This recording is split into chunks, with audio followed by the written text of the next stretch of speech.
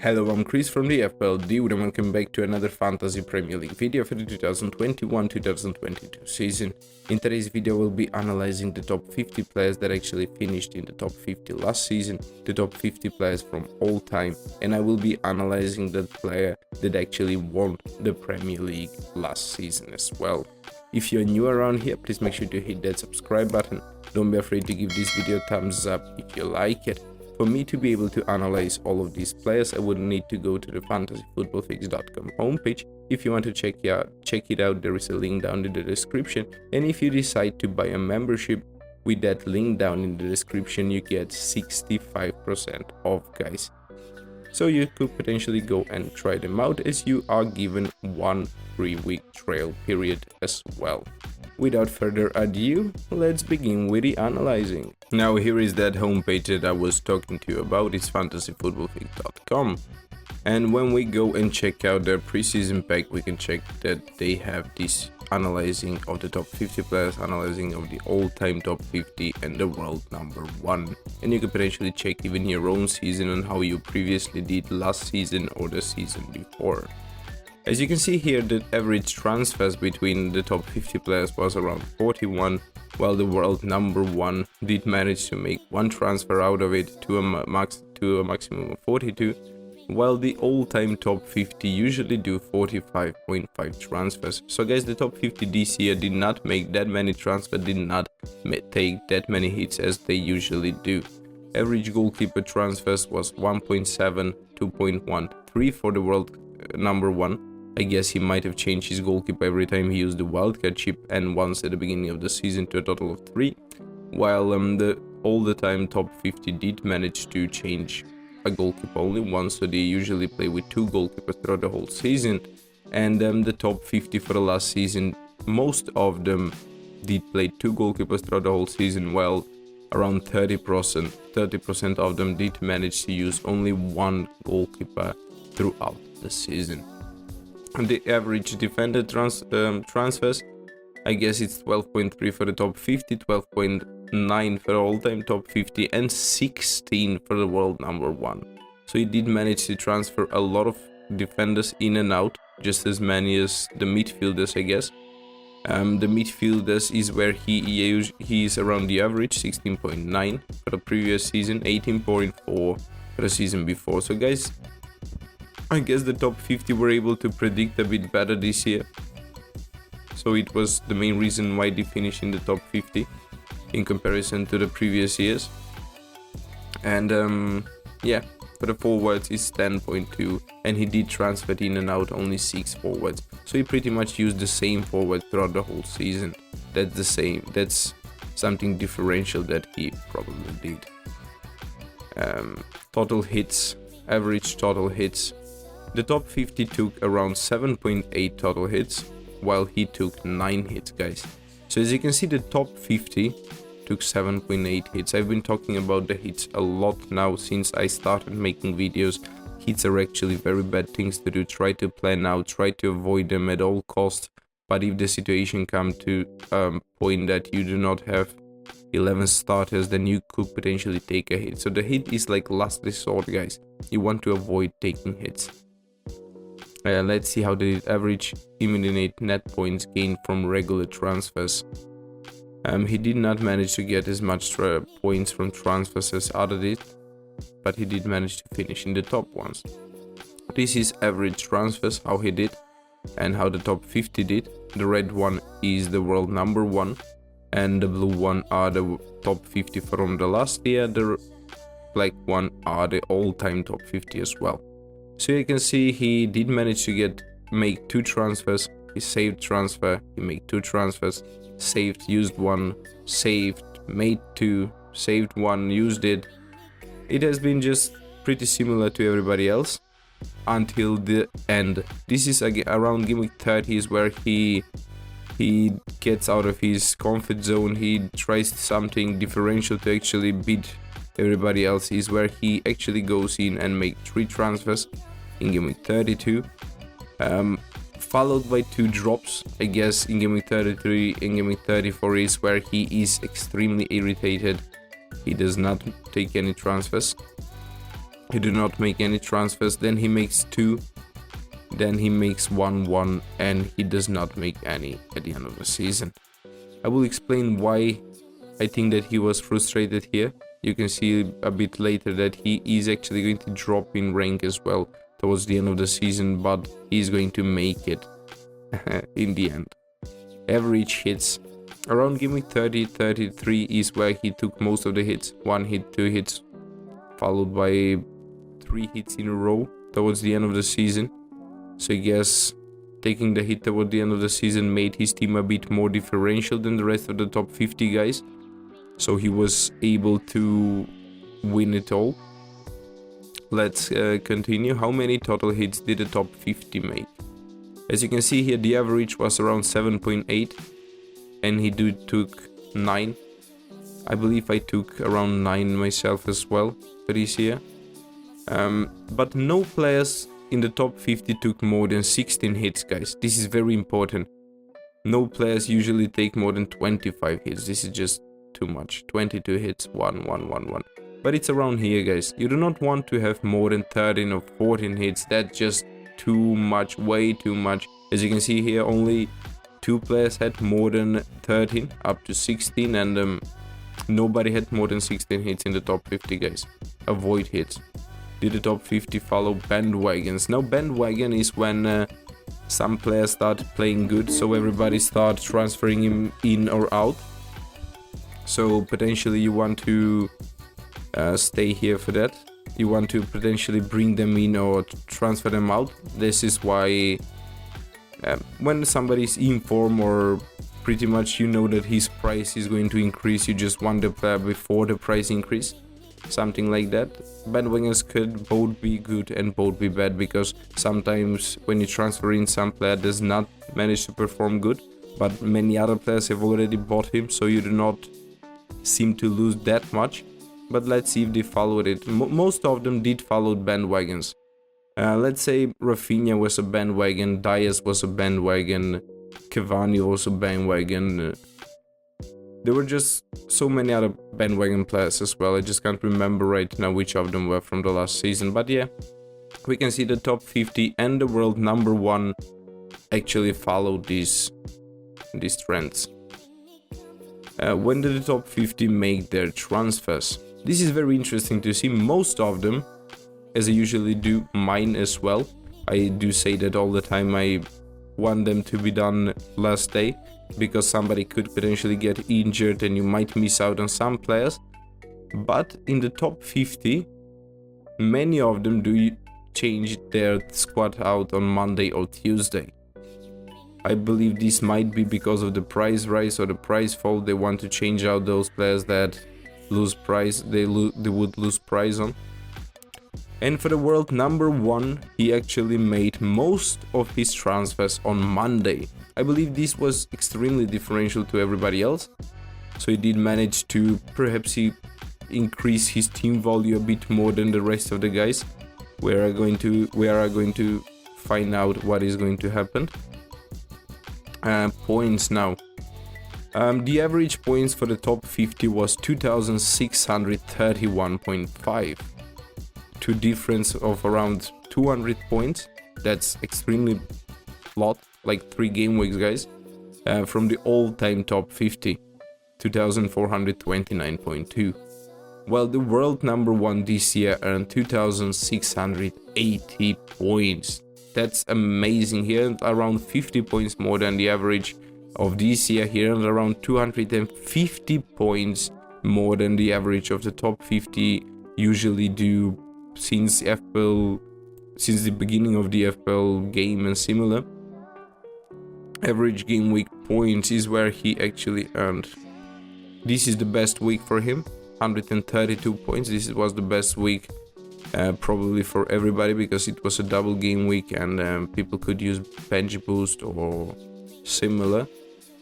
So all-time 106.2 points. This year it was, for the top 50, 114.7 million, and world number 1 managed to earn while dropping 132 points for that particular match day, game week. Same goes for game week 35. Now world number 1 managed to get 111, The average for the top 50 was 123.6. This is where he dropped out a bit, the game week 35. Then he was around the average again. He lost out in game week 37, but in game week 38 is where he was completely crazy. He earned a total of 88 points and managed to beat them all. I guess he was around rank 30-40 here. He was not predicted to be the best one, but I guess he earned more points than everybody that was in front of him. Much more points than everybody that was in front of him actually. Total of 88. They had average of 67.0. So he managed to win it. Average communicative points, he lies around the average, a bit better. He actually has been a bit better than the average top 50 throughout the whole season, guys. As for the budget now, this is very interesting. He has not done same as everybody. Around game week 3 was where everybody pretty much used their wildcard chip, so they could increase their team in volume. He did it in game week 4. So yeah, he did increase his team in value a bit more than the rest of the teams.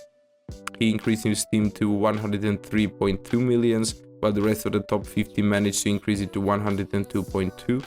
What is truly amazing about these guys is that when you have time to use your wildcard and plan it out, you could potentially go for players that are predicted to rise in price, then just potentially sell them and bring in other players that are to rise in price, and so on and so on. So by the end of the 1 or 2 weeks period that you're using the wildcard, your team should potentially rise in price up to 2 millions, guys, up to 3 millions, as he has done here. His team was 100.8, he used the wildcard, it was 103.2. So yeah, his team rised in value like 2.5 millions, 2.4. And then it's around the average. Around game week 19 is where pretty much everybody else used wildcard, because we get a new wildcard in game week 19. I don't think that he did. I don't think that he did that. So his team value was not just as high as the average. The average of the top 50 was 109 millions, guys. So you could potentially have had Rashford in your team just as an extra player. That's how good of the team value have increased for the top 50. That's how important for you to do that this season as well, to use the wildcard right, to use that wildcard momentum to actually bring in players that will increase in price, that will increase your team value by the end of the wildcard week. So continued. I might think that he might have used it here because his team increased in value by 5 millions, guys, for one game week, by 5 millions. That is just totally crazy, I believe, to 110 millions. So he could have had Son in his team just like that, more than you. If you were around 102-3, he could have had Dallas just like that for free. So yeah, that's the difference between the top 50 and potentially us, the rest of the players that are trying to get there. To increase our team value is the main importance that we need to focus on, guys. And towards the end of the season, it's pretty much similar for everybody. Overall budget, including bench. And yeah, so 43% went to the midfield for everybody, for the top 50, from all time, for the world number 1, around 22.4, 22.2, 23, around 22-3% goes to the forwards, I guess, and around 24.5% goes to the defenders. That's how they did last season. And this is the effective budget excluding the bench. And here are the formations. This is something interesting here.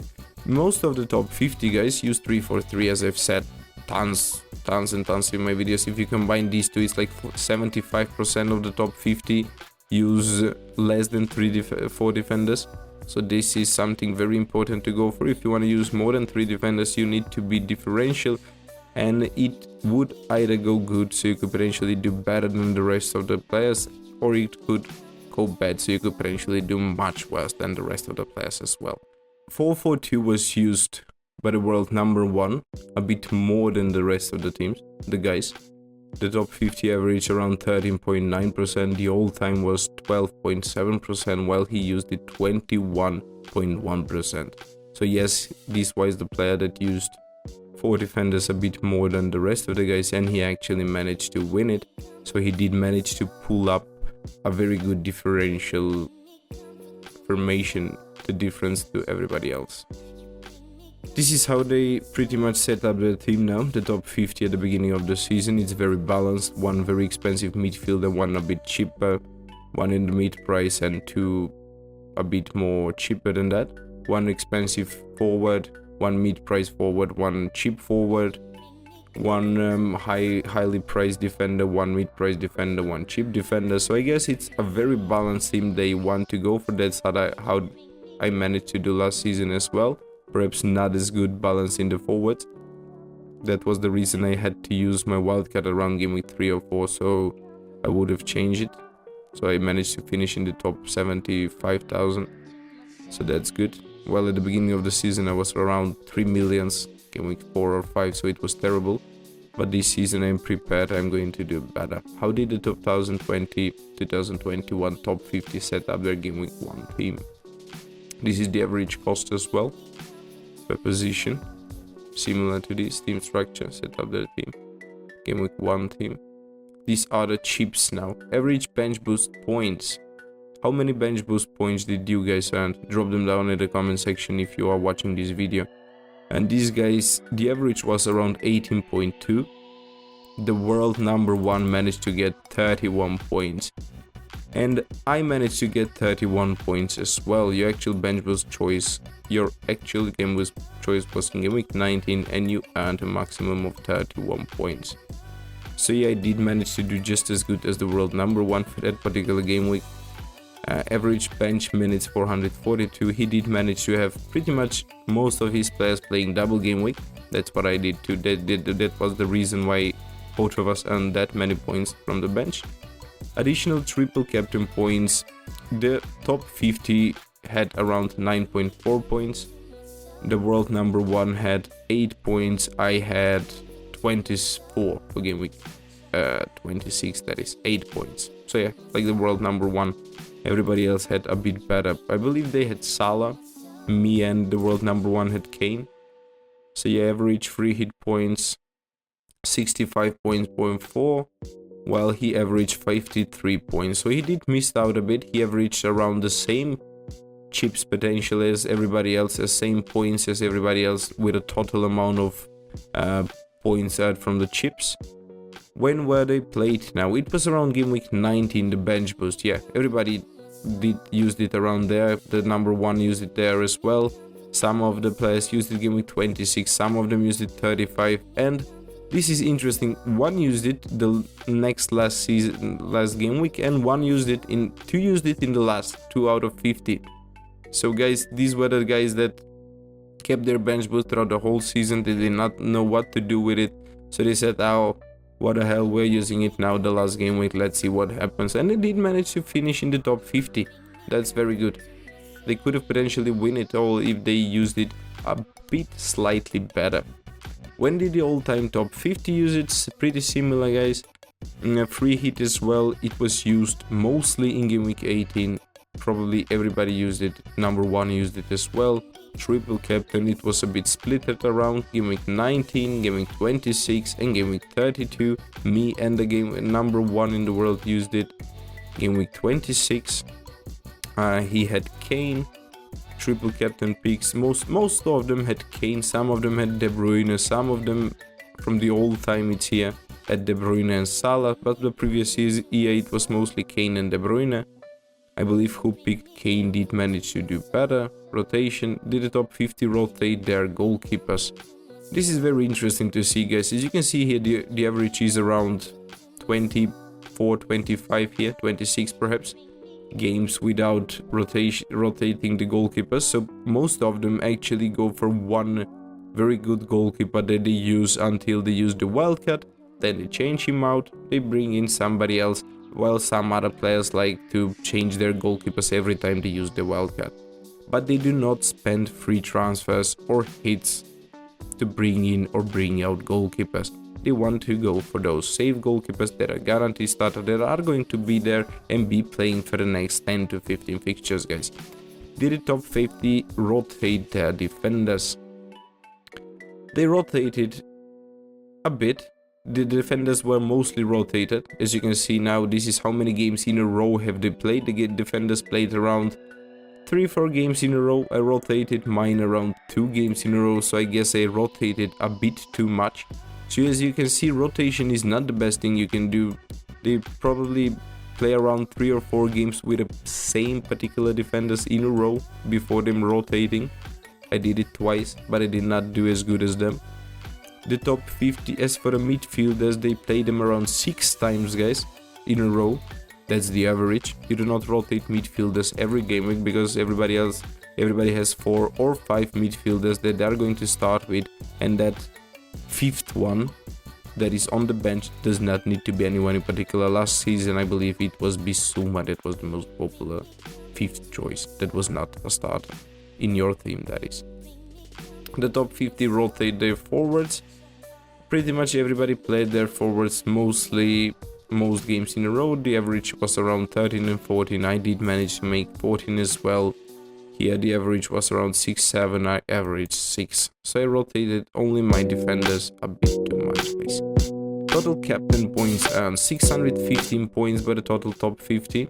578 by all-time top 50. So this year they did manage to make much more points in comparison to the rest of the years. World number 1 had mouth-dropping 656 points more. 656 points total by his captains. That's around 40 points more, 30-40 points more than the total top 50. I believe this is the main reason why he actually managed to beat them and win it all. Who were the top 50 captain picks overall? Salah, Kane and Fernandes mostly. Salah 30%, around 30%, 29.4, 22.2% goes to Kane, 15.4% go to Fernandes. De Bruyne had 13.3% from the all-time top 50.